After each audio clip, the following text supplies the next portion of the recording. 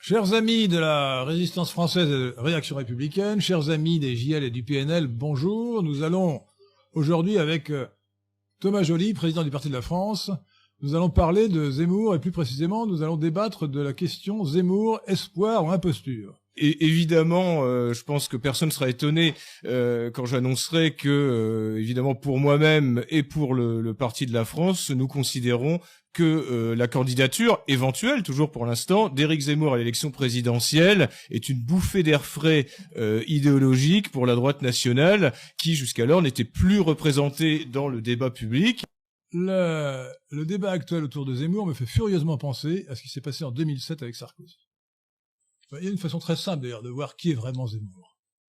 C'est de rappeler pour qui il a voté à l'élection présidentielle. Le fourbe Zemmour, né en 1958, a voté pour François Mitterrand à l'élection présidentielle en 1980 et en 1988. Il y a des sources? Pour Jacques Chirac en 1985, bon, oui, après. Pour Jacques Chirac en 1995. Pour Jean-Pierre Chevènement et pour Jacques Chirac en 2002. Pour Nicolas Sarkozy en 2007 et en 2012. Enfin, pour Jean-Luc Mélenchon et pour Emmanuel Macron en 2017. Alors, je souligne au passage les que... sources, c'est quoi? C'est conversation au bistrot, un livre, des déclarations? Non, c'est vrai. Ah oui, si c'est vrai. Je souligne au passage. Alors, le point important à signaler, c'est que jamais, alors ça c'est incontestable, le fourbe Zemmour n'a voté pour Jean-Marie Le Pen. C'est Éric son prénom, pas le fourbe. Le fourbe... Non, je vous ai laissé parler, laissez-moi parler. Je donne une épithète qui est de mon choix, le fourbe Zemmour. Et d'ailleurs, il avoue lui-même, il prétend qu'il a changé d'avis. Moi, je dis, voilà, simplement, évidemment, il était candidat. Ensuite, excusez-moi, mais il a évidemment lu, pour son livre de septembre 2021, celui-ci, l'article que j'avais fait le 4 février 2021, qui s'appelait « 10 bonnes raisons d'en finir avec Éric Zemmour ». Je crois que tout le monde connaît. Ne développez pas, on sait. Mais laissez-moi le n'importe quoi chaque fois. Zemmour est juif, voilà, je vous résume. Non, la question n'est pas qu'il soit juif, la question est de savoir s'il est assimilé. C'est ça le sujet. Donc ça existe, les juifs assimilés, j'en connais beaucoup. Bon. Et moi, je dis que Zemmour ne l'est pas. C'est ça la différence. Zemmour ne rejette pas le Talmud qui tient les non-juifs pour des bêtes. Voilà la vérité. Il faut savoir que le judaïsme est intrinsèquement fondé sur le Talmud. Bon, alors un juif qui ne rejette pas le Talmud, lequel tient les non-juifs pour des bêtes, est un raciste anti-français. Voilà. Raphaël Auclair. Non content de faire du peuple français l'artisan de son propre malheur, vous suggérez, Éric Zemmour, que ce malheur est mérité. À maintes reprises, au détour d'une phrase rappelant un fait historique, vous ajoutez des jugements de valeur qui ne sont fondés que sur rien et tentent systématiquement à dénigrer les Français. Pour ne citer que quelques exemples. De Gaulle dirigea un peuple qui se voyait comme un ramassis de pleutres et de collabos. Le peuple français, c'est un ramassis de pleutres et de collabos. L'avilissement des soldats dans la boucherie de la Première Guerre mondiale encouragea les hommes à jeter aux orties le fardeau qu'ils avaient entre les jambes. Page 32. Cet élan vital qui n'existe plus chez les hommes en temps de paix. Page 133. Les vieux peuples fatigués d'Europe. Enfin. C'est tiré du contexte. On dirait un article de Libération. C'est nul. Enfin, vous résumez pas un livre en tirant des phrases du contexte. Moi, je prends n'importe lequel de vos livres et je peux dire à peu près la même chose. C'est ridicule. Si on a vraiment lu ce qu'Éric Zemmour a dit, justement, il transpire la grandeur de la France dans tous ses livres et il explique, oui, il y a eu des défaites. Voilà. Vous ne savez pas dire qu'une vous ne savez pas lire, monsieur Joly. Vous ne savez pas lire. Ah, merci, Tout mélancolie française, comme le suicide français. Mais non, mais vous lisez. C'est un cri de mépris contre la France. Et voilà. Et ces citations sont parfaitement, ces citations de Raphaël Auclair sont parfaitement. Mais c'est biaisé. Ça n'a rien de biaisé. On dirait un journaliste d'extrême gauche qui, de toute façon, commence son reportage en disant, on ira à tel endroit. Arrêtez vos amalgames. C'est la vérité. Pas l'amalgame. C'est la vérité. Arrêtez. La thèse de mélancolie française, c'est que la France a toujours tout raté. Ce livre soigne de mépris à la guerre de la France. Mais non, c'est ce que vous en avez déduit. Arrêtez. C'est ce qui est écrit. La France a toujours tout raté. La France voulait être, la thèse centrale de cet historien de pacotille, c'est de nous dire que la France voulait être un empire et qu'elle est une nation. Alors dans le dernier livre, justement. Parce que l'empire français, il en reste quoi aujourd'hui? Écoutez, moi, je parle sérieusement. Oui, écoutez, moi aussi, je parle sérieusement. La France voulait être un empire, elle était qu'une nation. C'est un constat. Il vit pas dans un rêve, il vit pas dans un monde parallèle comme vous. Qu'est-ce que c'est que c'est? Vous faites de la basse polémique. Moi, je parle sérieusement. Je parle des idées de Zemmour telles qu'il les exprime très clairement dans ses livres. Non. Mélancolie française, suite français. Alors là, évidemment, il ne dit plus son amour pour l'empire. Mais vous savez que l'empire, c'est le contraire de la nation. La nation se dissout dans l'empire. Et Zemmour, si on met de côté les faux semblants qu'il a mis dans son dernier livre, qui est un livre électoraliste, évidemment, il est contre la nation puisqu'il est pour l'Empire. Il est donc objectivement cosmopolite puisqu'il est pour l'Empire. Voilà. Et tout le reste, c'est du décor de carton-pâte. Alors allez-y, maintenant, si vous voulez répondre, allez-y. Pour répondre à quoi? C'est confus, voilà, ce sont des attaques qui n'ont en plus absolument rien à voir avec la situation de 2021. C'est des passages tronqués pris dans des livres, et donc pour prouver quoi, au bout du compte? Alors, admettons, Zemmour est un imposteur. Est un imposteur pour tromper qui? Alors oui, Éric Zemmour n'est pas le nationaliste parfait, mais il n'a pas vocation à être le chef du nationalisme français. Il a vocation à être un candidat, est une opportunité, je pense, pour la droite nationale, une opportunité de développer nos thèmes au sein de la population française, au sein du débat public. Vous pouvez pas le nier. Donc je ne comprends pas pourquoi vous empêchez. C'est vrai que je n'ai pas d'obsession, mais c'est vrai que je ne suis pas judéo-servile, moi. Voilà. Ah, parce que moi je suis judéo-servile. Oui, vous l'êtes. Mais non, je vous en prie, arrêtez, vous caricaturez. Bah non, écoutez, vous êtes au-delà de votre propre caricature. Judéo-servile. Mais tout le monde s'en fout vous savez que les Français se foutent que Éric Zemmour soit juif. C'est peut-être ça aussi qui vous embête, je n'en sais rien. Parce que Zemmour est... Chers amis, la surexposition médiatique de Zemmour, qui date de longtemps, suffirait à prouver à n'importe qui, sauf à Thomas Joly, qu'il est un agent du système. Vous proposez quoi pour les élections présidentielles? De voter Xavier Bertrand ou Marine Le Pen, que vous conspuez depuis 15 ans? Ah, bien sûr, il faut voter Marine Le Pen. Ah, bah oui. Zemmour, bien entendu. Bien sûr. Évidemment. Ah oui. Attendez, vous êtes pas dans tout sauf Macron, vous êtes dans tout sauf Zemmour. C'est une obsession. Revenons aux choses. Médicalement, ça se soigne. Bah, écoutez, je vous en prie, on va arrêter là. Si vous permettez des attaques pareilles, nous allons nous arrêter là, hein. Franchement, si vous recommencez, je vous mets dehors, hein. Et je continuerai tout seul le propos. Ah, bah, je pense que ça vous, non, mais attendez, enfin. Si vous mesurez à dire médicalement ça se soigne, enfin, c'est insupportable, vous voulez, hein. C'est un débat, enfin. Non, vous n'avez pas le droit de mesurer de cette façon-là, hein. Poursuivez. C'est inacceptable, hein. Arrêtez-vous, excusez-vous, hein. On ne dit pas médicalement ça se soigne à quelqu'un quand on débat avec lui, hein. C'est inacceptable. Vous n'allez pas faire votre Soral.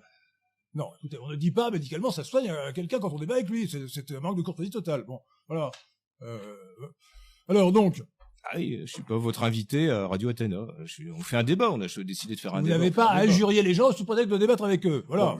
Bon, je m'excuse, Henri. Je vous en prie, alors continuons. Voilà. Bon, alors voilà, continuons. Zemmour prend fait et cause pour les prédateurs sexuels. À commencer par Tariq Ramadan et surtout Dominique Strauss-Kahn. Alors, on pourrait négliger le fait que Zemmour est visiblement un obsédé sexuel. Il parle à toutes les pages des jambes des jolies femmes, mais sans entendre que peut-être c'est un euphémisme et qu'il vise plus haut. Vous devriez être rassuré, il est heureux celui-ci. Dans une société traditionnelle, l'appétit sexuel des hommes va de pair avec le pouvoir. Les femmes sont le but et le butin de tout homme doué qui aspire à s'élever dans la société sikh. Attendez, je répète parce que je voudrais quand même que les électrices méditent ce passage de Zemmour, page 138.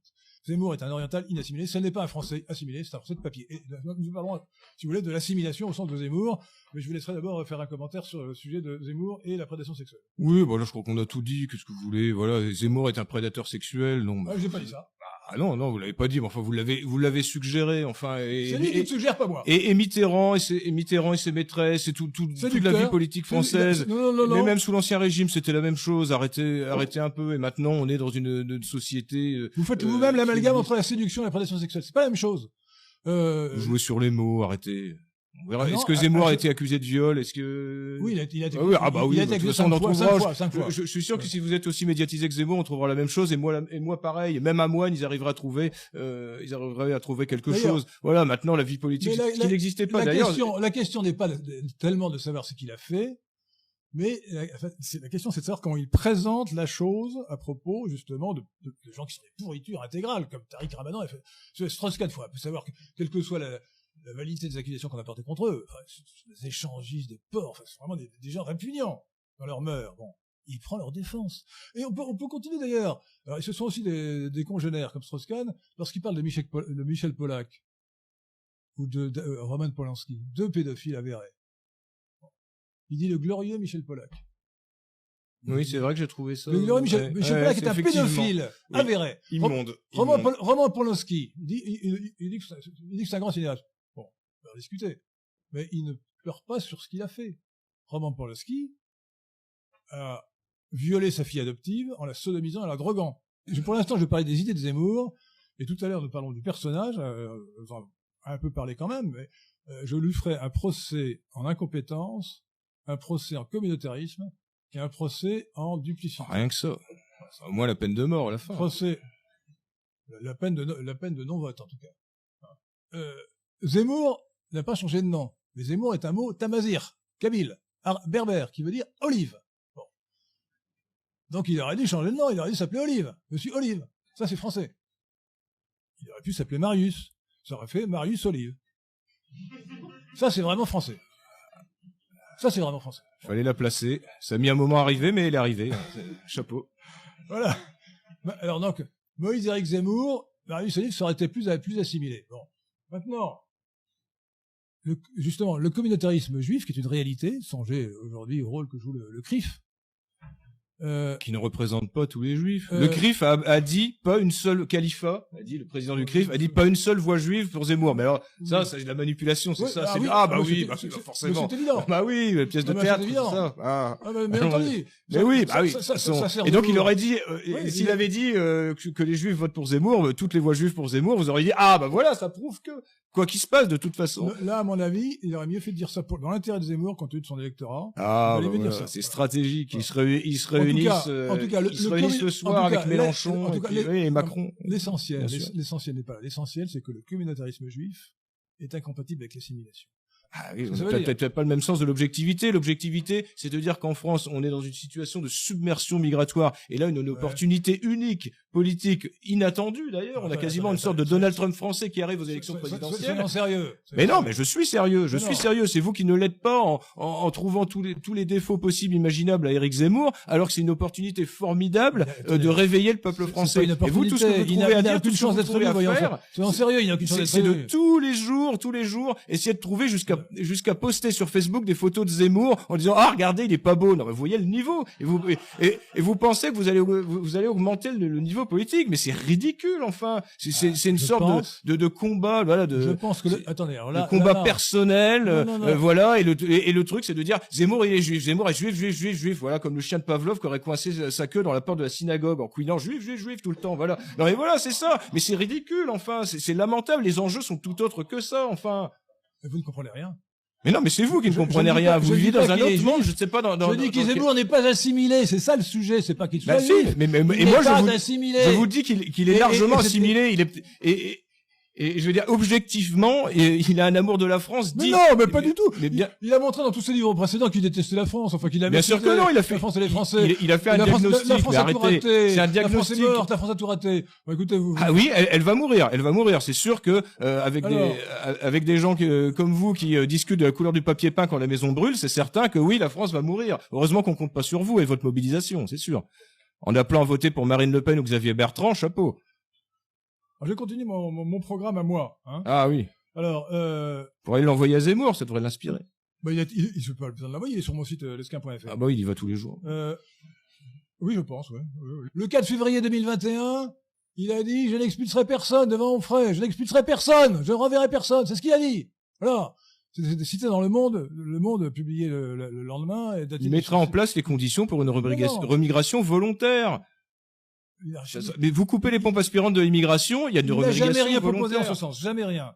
Il croit que des immigrants... Et les gens s'en foutent, les gens ils veulent moins de noirs et d'arabes en France, voilà ce que les gens veulent, ils veulent pas des trucs bureaucratiques, juridiques ou je ne sais quoi, ils ne veulent pas aller chercher, oui en 1800, enfin quelle année il y avait le droit du sol, et puis les gens s'en foutent, les gens ils veulent retrouver une France française et une Europe européenne, arrêtez un peu de chercher la petite bête avec des références.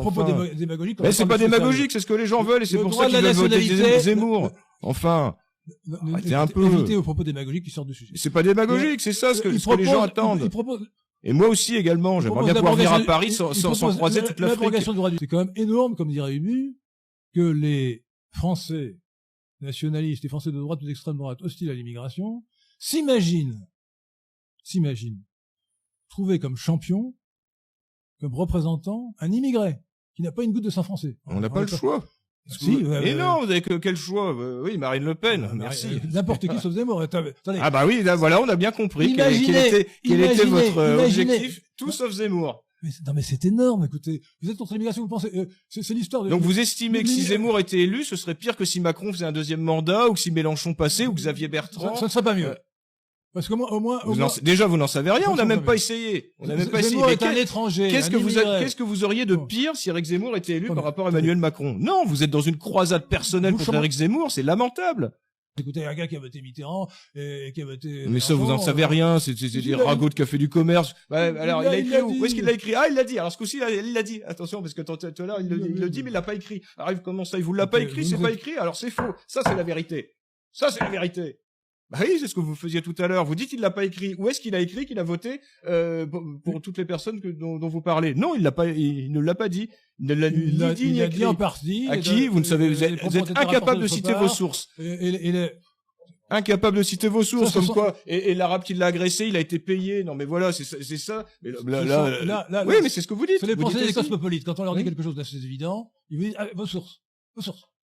Mais non, pas. Oui, bah non. C'est pour dire que j'ai cité les pages. Quand on ment, quand on invente, quand on fabule, forcément, on peut pas donner de sources. Ne m'accusez pas de mentir, s'il vous plaît. Ça, c'est inadmissible. Vous pouvez m'accuser de faire une erreur. Si, je vous accuse de mentir sur le fait de certifier qu'Éric Zemmour a voté pour un tel ou un tel ou un tel aux élections présidentielles. Et vous avez même dit aux élections municipales, aux élections cantonales. Là, c'est complètement faux. Vous racontez n'importe quoi. Moi, je sais qui est Zemmour. Je l'ai compris. Vous êtes dupe. Moi, je ne suis pas dupe. Voilà, c'est la différence entre vous. C'est entre quelqu'un qui est dupe, c'est vous. Moi, quelqu'un qui ne l'est pas, c'est moi. Moi, j'y vois clair. Plus important, peut-être encore, je l'ai à peine dit. Mais Zemmour est pour l'Empire contre la nation. L'Empire, c'est un principe. Si vous en avez parlé tout à l'heure. Ouais, mais je le répète tellement. Ah oui, mais bon, on se répète. Bon, d'accord. Alors, rapidement, donc, il faut savoir qu'il est pour l'Empire contre la nation. Je suis sûr que les gens ont envie de poser des questions. Ah non, pas fini. Ouais, on avait dit 1h30, et après, on va pas assommer les gens non plus. Alors, écoutez, alors, sinon, là, écoutez, d'accord, j'ai résumé, en deux mots. D'abord, procès en incompétence, vous répondrez, ensuite, procès en communautarisme, et ensuite, nous passerons aux questions. Vous croyez qu'on a à perdre à avoir un journaliste, qui soit président de la République? Un président de la République, il est là pour fixer les grandes orientations, il n'est pas là pour Zemmour est incompétent! Mais non, vous en savez rien! Vous êtes... Attendez, non, vous n'en savez rien, il n'a été à aucune responsabilité, comme vous pouvez dire ça. C'est ce que je lui reproche! Attendez! Mais non, il n'a jamais été candidat! Il n'a même pas été ministre, normalement, pour devenir, et alors?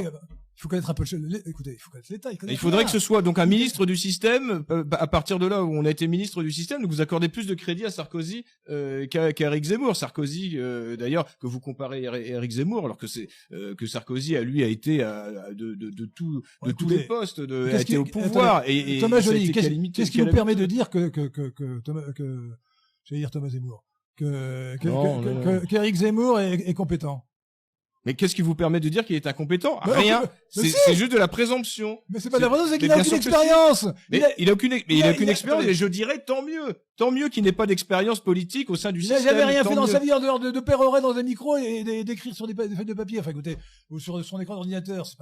Il n'a pas d'expérience professionnelle. Il n'a aucune expérience, aucune compétence professionnelle. Voilà. Rien. Dans son livre, dans ce livre-là. Je me suis amusé à recenser les noms juifs cités par Zemmour. J'en ai trouvé 60. Alors écoutez, c'est fastidieux, mais je crois que la démonstration nécessite que je les cite tous. Tous. Est-ce que vous avez cité aussi les noms des auteurs qui ne sont pas juifs? Alors, non, c'est pas du tout biaisé comme analyse. Alors, non, mais c'est une question de proportion. Il y a 1% de juifs dans la population. Quand on cite, parmi les gens qu'on cite, qui ont fait référence, 40%, 50% de juifs, ça pose un problème. Un juif cite ça des trahit auteurs le communautarisme. Alors je cite les noms. Dans l'ordre où ils apparaissent dans le livre. Les 60, là, on est obligé de s'infliger ça? Oui. Daniel Cohn-Bendit, Jacques Attali, Dominique Strauss-Kahn, Serge Nedjar, Gérard Horry, Michel Pollack, Julien Drey, Alain Minck, Claude Lévi-Strauss, Sylvain Guggenheim, Raymond Aron, Philippe Séguin, fils naturel d'Albert Hayat, Roger Carucci, Jean-Pierre Elkabbach, Georges Soros, Alain Jakubowicz, Jean-François Copé, Henri Kissinger, Léon Blum, Karl Marx, André Suarez, Serge Klarsfeld, Roman Polanski, Anne Gravoin, Simone Veil avec un W, Lise Toubon et Weiler, Léonard Zelig, Michel Drucker, Patrick Cron, Marcel Proust, Charles Benner, Simone Veil avec un V, Emmanuel Todd, Cédric Lewandowski, Bob Dylan, Alan Bloom, Jean Ferrat, Anne Sinclair, Gilles William Goldnadel, François-Olivier Gisbert, Raymond Aron, Romain Gary, Bernard Kouchner, les Marx Brothers qui étaient 5, comme vous savez, Groucho, Harpeau, Chico, Goumeau et Zeppo, Primo Levi, Alfred Dreyfus, Thomas Baudet, Régis Debray, sans oublier évidemment Zemmour lui-même, sa femme et ses 3 enfants. Alors, certains... Non mais il en parle, il les cite, mais il les met pas sur un piédestal. Vous n'avez pas lu le livre. Il les cite plusieurs fois. Alors écoutez, il est duplice, il est fourbe. Le fourbe Zemmour est fourbe. C'est la quintessence de la fourberie.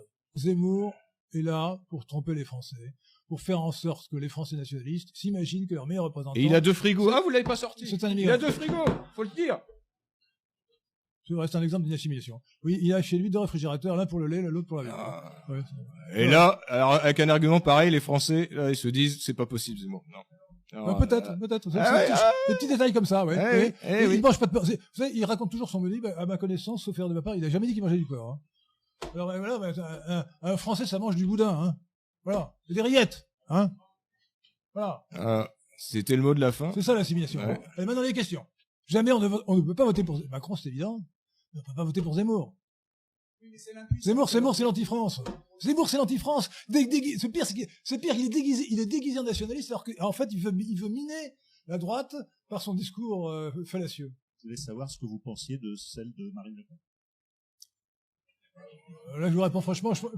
Oui, non, mais je pense pas qu'elle soit non plus très intelligente. Mais enfin, elle est quand même avocate.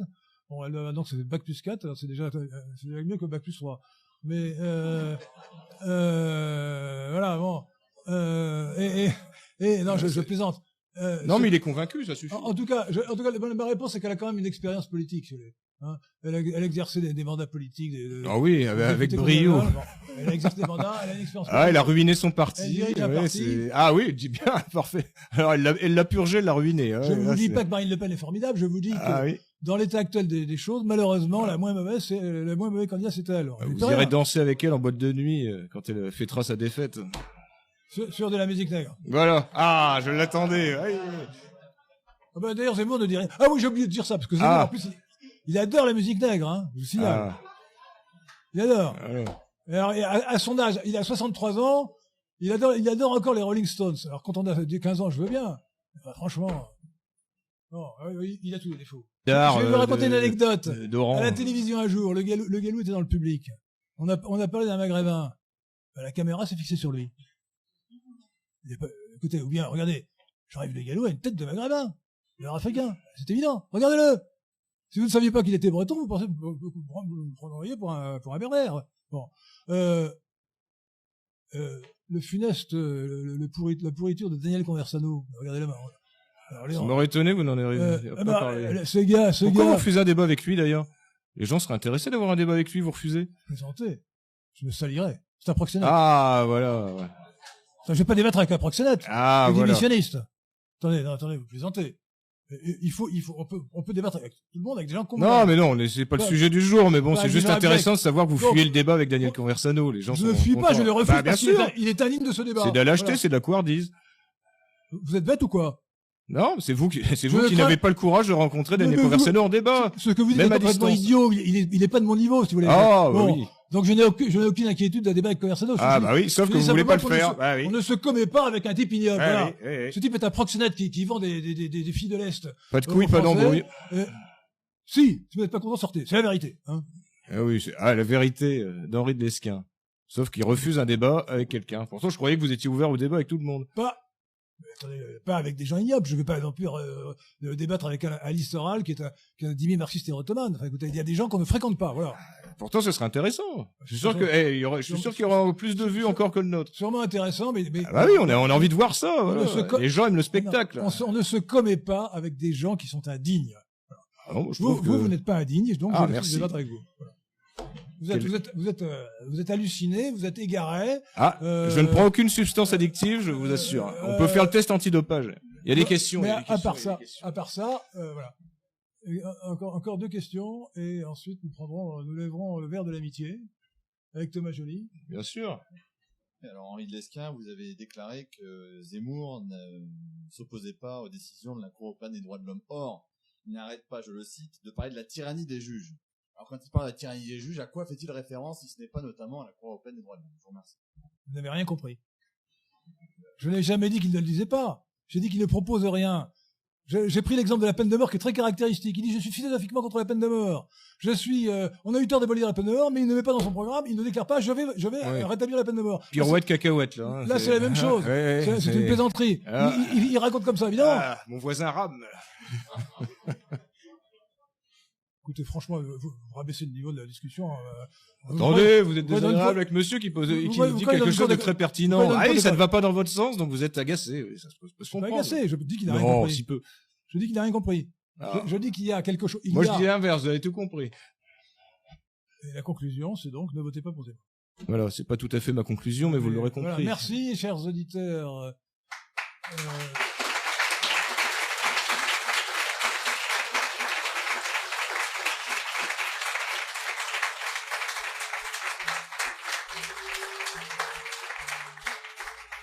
Merci à Thomas Joly, malgré quelques égarements qu'il a eu dans sa passion pour Zemmour.